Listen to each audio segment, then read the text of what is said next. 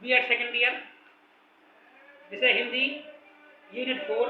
आज का टॉपिक है शिक्षा और समाज। समाज का अर्थ एवं परिभाषाएं। मनुष्य एक सामाजिक प्राणी है।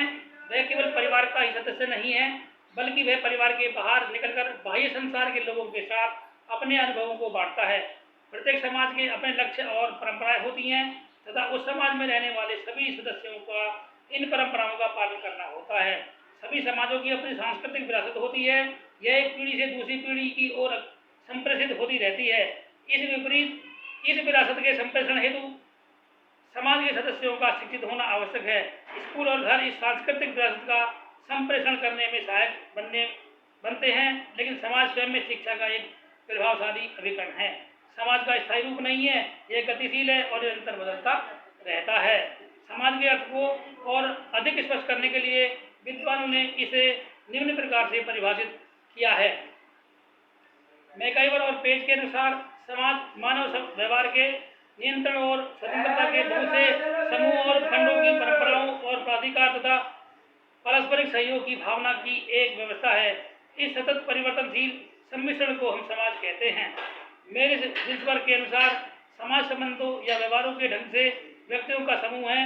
यह उन संबंधों को न बनाने वाले या व्यवहार में उनसे भिन्न अन्य लोगों से अलग कार्य करता है। सामाजिक संरचना। समाजशास्त्र के अध्ययन में अनेक अवधारणाओं का अत्यधिक महत्व है। उनमें से एक अवधारणा सामाजिक संरचना की भी है। मानव समूह अनेक अंगों तथा उपांगों में विभक्त है। इन समस्त अंगों के योग से समाज का निर्माण होता है।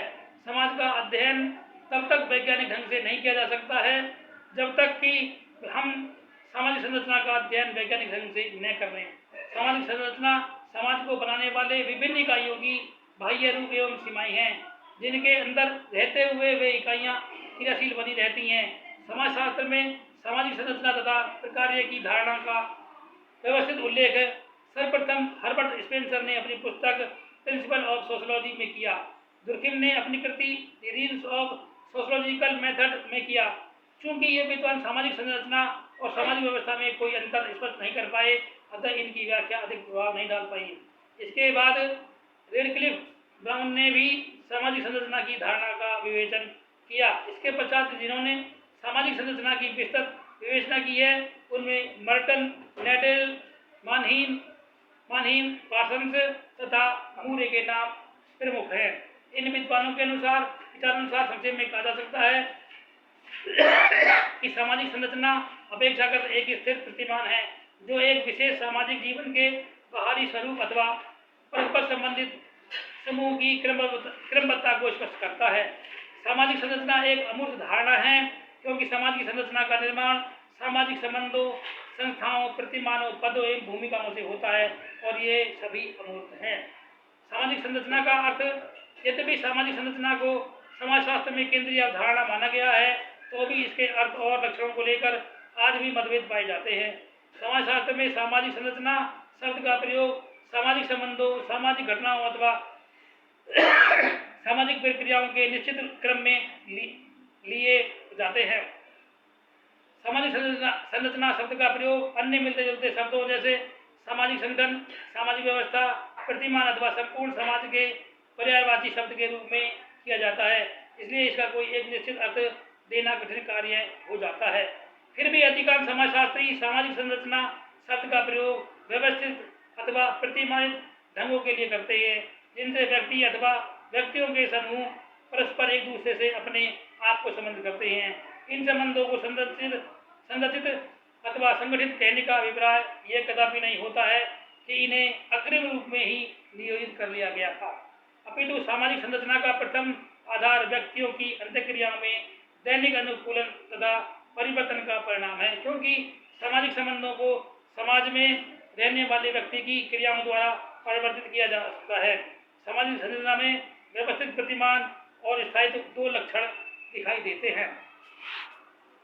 सामाजिक संरचना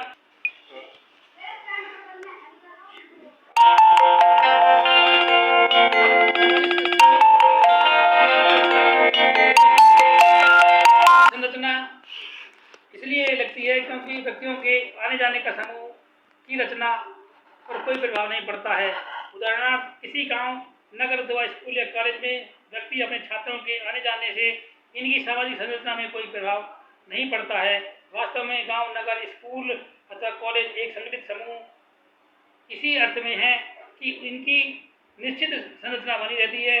पुराने छात्रों में से कुछ छात्र प्रतिवर्ष कॉलेज छूट जाते हैं और कुछ नए छात्र प्रवेश लेते हैं।